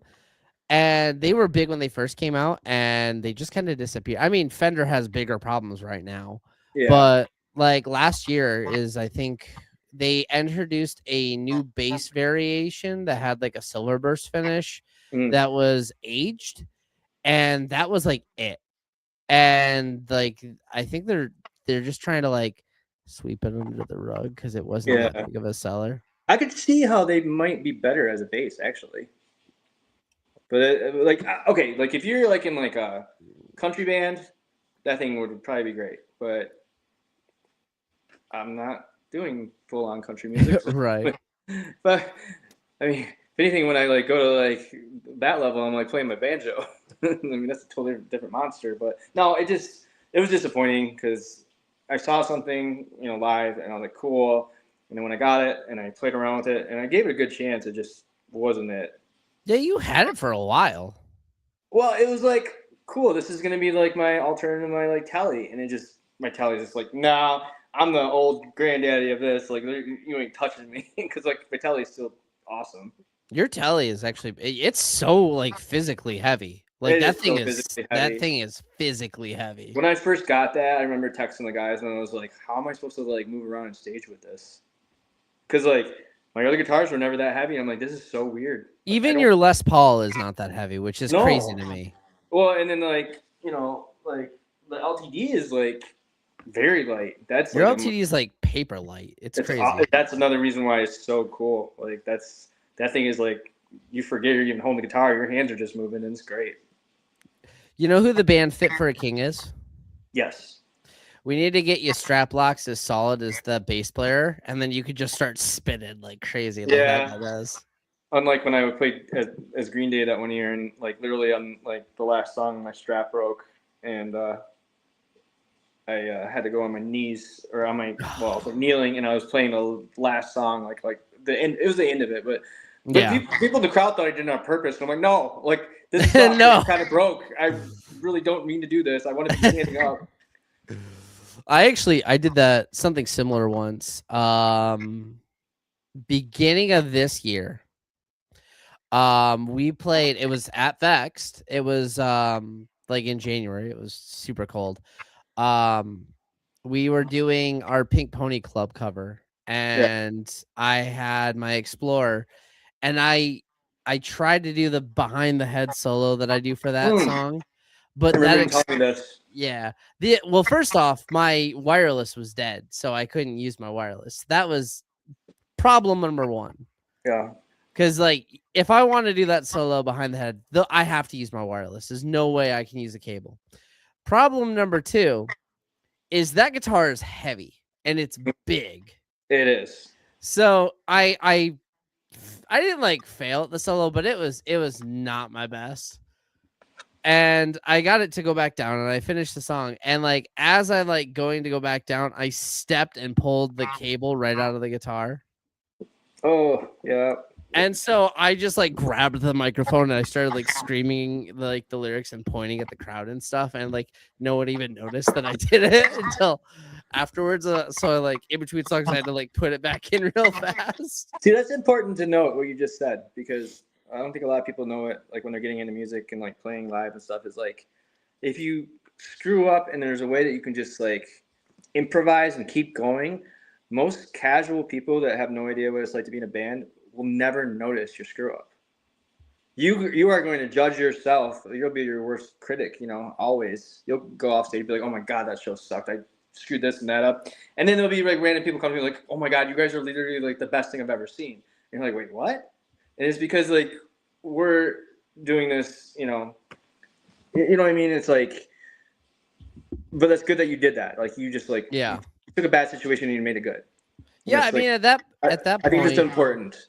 Yeah, at that point you've got to improvise, and B, yeah, if you can sell it, it's no one will notice, like you said. No. And even if they do, like that example, people thought I did on purpose, and they're like, that made the song so much cooler. Right. Well, like I've watched people and like, oh crap, they just screwed up, because like I'll notice it, but then I'm like, oh, but that's really cool what they just did to like, make that into something neat. Yeah. So it's like, don't ever just stop and be like, oh no, what do I like? Yeah. Don't ever do that. Just like keep doing something, anything. Yeah, that is the worst possible thing any musician could do. Yeah. Is just stop and be like, no, you have to find a way to improvise, because it's the only way you'll recover. I will say, like, if it's the very beginning of a song and like you immediately screw up real quick, I think it's funny if you're like, oh no, that's not it, and then just like go right into the real part of it. Well, I mean, Green Day did that. Well, yeah, but and then like I think it was yeah. I saw this band Spitalfield a few years ago that I was like so into, and like they're all in their like 40s, and like they all had their families, and they like went back out for like another tour because they had bands back in the day, and they did that. Like it was down at the Loving Touch. They started a song and like we're all like, oh yeah, and then they're like, oh wait, oh no, tempo's off, drummer screwed up. Sorry, here we go, and then just went back into it, and we're just like, and they're like laughing while that's happening, and so we're laughing, and I'm like, okay, well that's like a cool moment, Yeah. There's always ways to sell it. Just don't stop and be like, what do I do now? Oh my God. So what piece of advice would you give to someone who is just starting to look into gear? First, I would say find out, like start with like, okay, what do you listen to? Like, because I think most people are like, okay, like these are my favorite bands, but I also like because you're like, I want to do this, right? That's where the idea starts. I want to do what they're doing. So you take those bands that are inspiring you to like do this, and you start looking at their gear, and you're gonna be like, holy crap, I can't afford that. So then now that I didn't have this growing up with gear, but now you have this, you can literally be like, okay, well, what's comparable to what they do to make the same sound? And then now there's YouTube. There's a million videos on how to set up your gear, use it. It's not trial by fire anymore. Which also you should still do the trial by fire because that's fun, because then you discover your own little thing. Like experiment, always experiment. But yeah, I would just say like if you're just starting out, just go forward with what you're into at that point, and eventually I think you're gonna find other things, from just that. And also, you don't need everything all at once either. No. Like literally, if you just start out with like an amp, a guitar, and a tuner, and just get to the point where you can just play. And then if you want to add like a cheap delay pedal just to play around with like cool little skippies, or like you don't have to go crazy like a synthesizer, or even a reverb, so you get that that big woomph on your stuff. Like, but like you can get these little micro pedals now on Amazon for how they are. They're like super Yeah, they're cheap. cheap. They're little. They're easy to play around with. You could actually like get like 4 of them for like $150 probably. Just little cheap ones, and like they might not last forever, but that's okay because like you're just trying to find what you want. And then once you learn like, oh, this is what a reverb does, this is what a delay does, this is what a compression does, then you can kind of be like, you can start to zero in on what you really want to go for. Yeah, I think that is one, and like obviously this whole thing is about gear and stuff. But like that is something that I tried to talk about at the beginning, was like don't focus so much on like the name. Like, No, oh, you have to have a Gibson, or you have to have a Fender, you have to have a Marshall or a Mesa or whatever. Like that Randall head you have. it's They're really good. like they're like $200 and they sound awesome. It's a really good head. Now, granted, I haven't like turned it like stage volume up in my house, but Right. it. I mean, I've almost been there, and it sounds.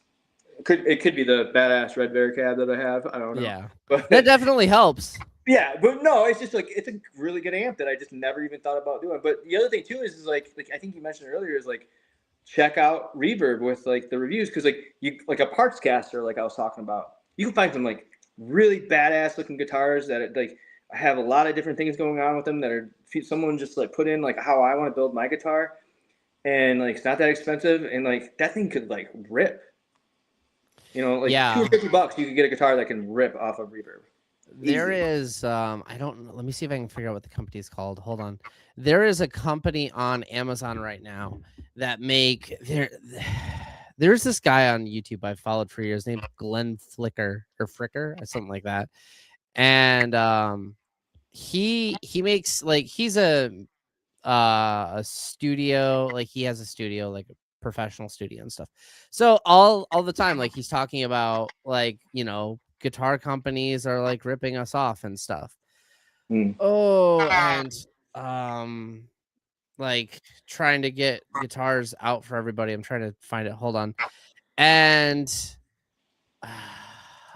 he found like this brand that's like it's like $250, and it has like everything like a beginner needs, and it's like solid. Like he's like, I keep it in the studio for people to use. Yeah, yeah, Hold on.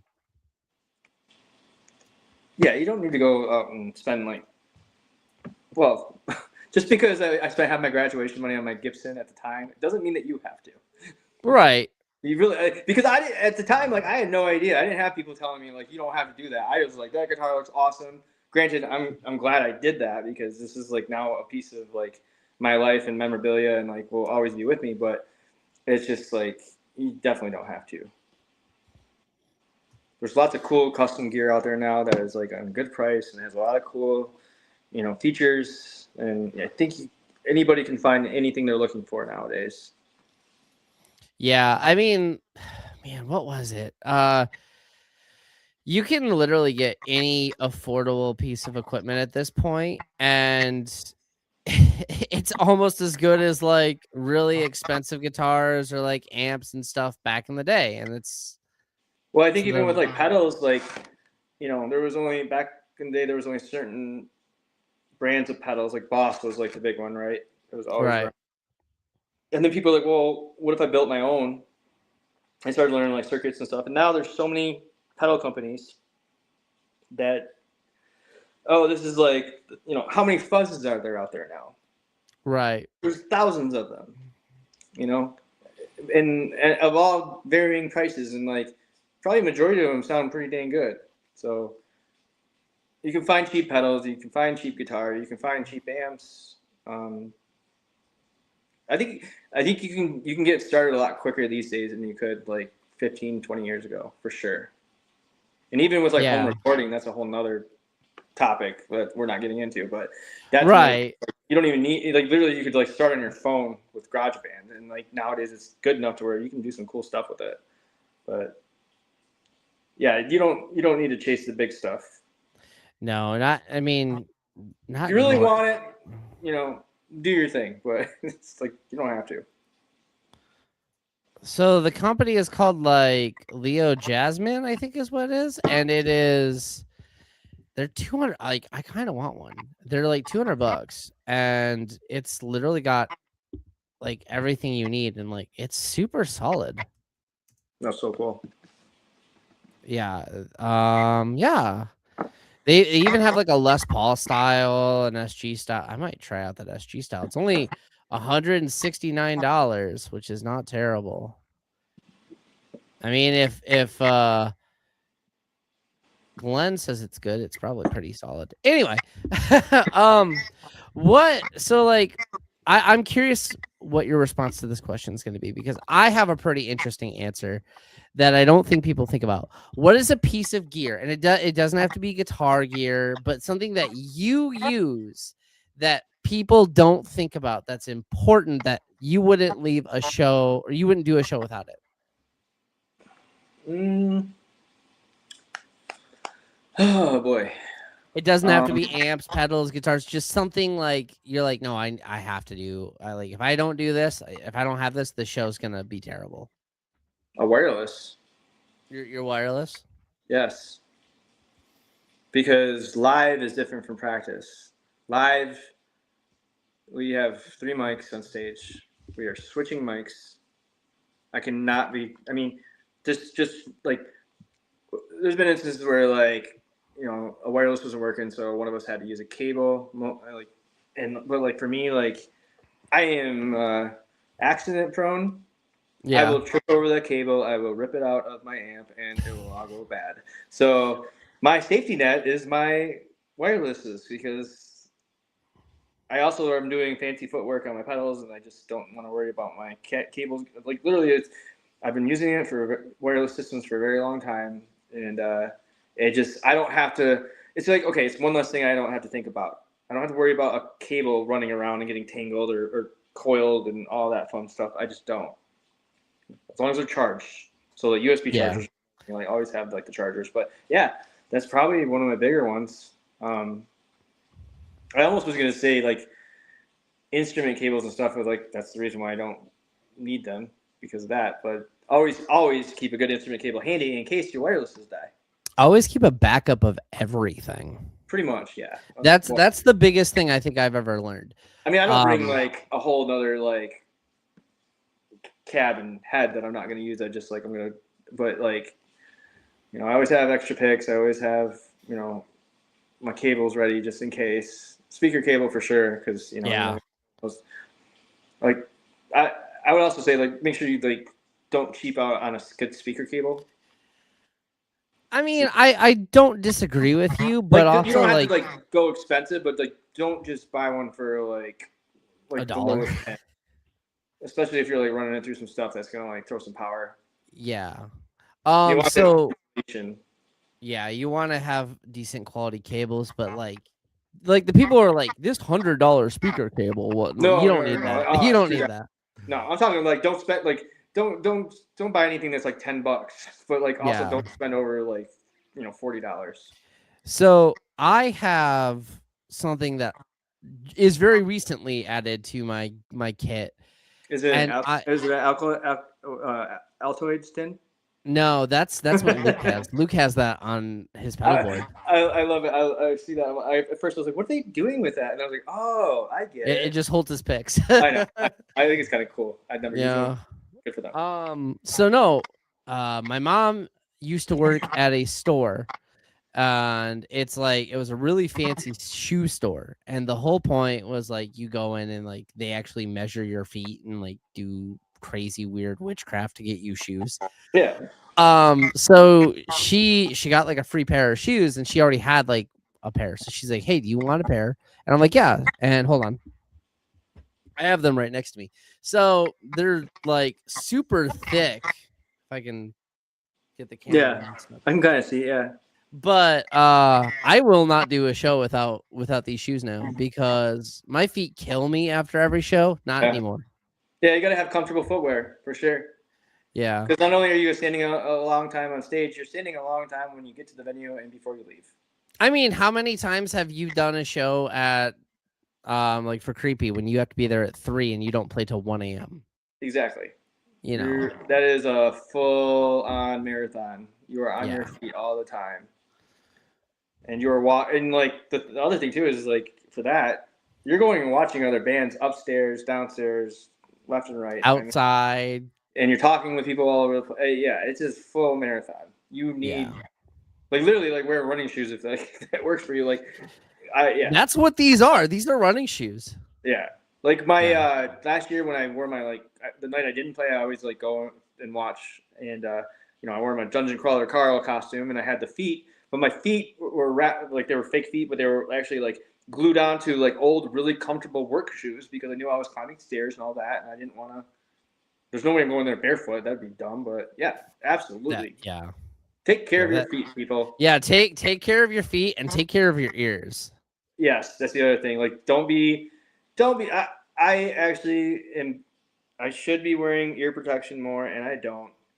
You should always take care of your ears and like don't be. I don't. I need to. I need to start wearing earplugs. But like people shouldn't feel bad because they are. You know, some people are like, oh, I don't want to like look like that guy or whatever. It's like don't worry about that. Like just wear it. Like your ears are very important. Yeah, you don't want to lose your hearing. So anyway, first off, Josh, I want to say thank you very much for coming on the show. It has been awesome. This was a great first interview. I loved hearing all of your stories. And yeah, so for all y'all peeps who have hung out, thank you so much for hanging out. Tune in Thursday for the Vex Venue live music podcast where we'll have a couple hour block discussion. Maybe we'll get a band on, who knows, of just local music.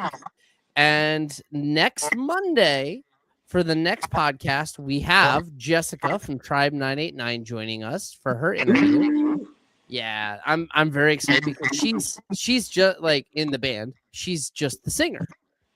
So she's like, I know a ton about gear. So I want to hear from a singer's perspective, like all of their equipment stuff. And also because she knows like how their whole in-ear system works, how their pedal board system works. I want to hear all of that. I'm excited to hear all like the nitty-gritty. That's gonna be so cool. Yeah. So tune in next Monday for that. But remember, tune in Thursday for our sister podcast where we have a really sick couple hours of live music. And yeah, thank you all for tuning in. It's been a lot of fun. I hope you enjoyed it. Thanks, Jack. You did awesome, dude. That was awesome. Thank you, Josh. Hey, let me know if that bass is the right one. I'm actually very curious. I very much will because I'm also very curious. Check out Capulet. They have their last album was most recently like about 2 years ago, and it's I want to make sure I say this right. Someone, somewhere, sometime. No. So it's Capulet, like Romeo and Juliet. Right. Capulet, and it's something somewhere about someone. Okay, I always get that mixed up because it's such a. I know it's just blame it on Drew. Drummers always come up with like. I blame Drew. Drew, but yeah, everybody message would be like, "Why'd you name it that?" Stream their most recent album everywhere. They've got a bunch of cool like singles of like cool covers. They did a Pink Pony Club cover. They did a Garbage cover. You've done some other stuff too, just recently. Yeah, we might have some more stuff coming. You never know. Yeah, I'm trying, guys. I'm trying so hard to convince him to have something submitted for the Thursday podcast because I want people to listen to his band. I might send you something. You should. Well, I'll send you the form to fill out so you can submit it so we can have it on the podcast. Cool. But yeah, so thank you, Josh, for hanging out. Everyone go check out Capulet. Tune in Thursday for the next podcast, then tune in Monday for the podcast after that. And thank you all for being here. Bye. Bye. Have a great night, everybody.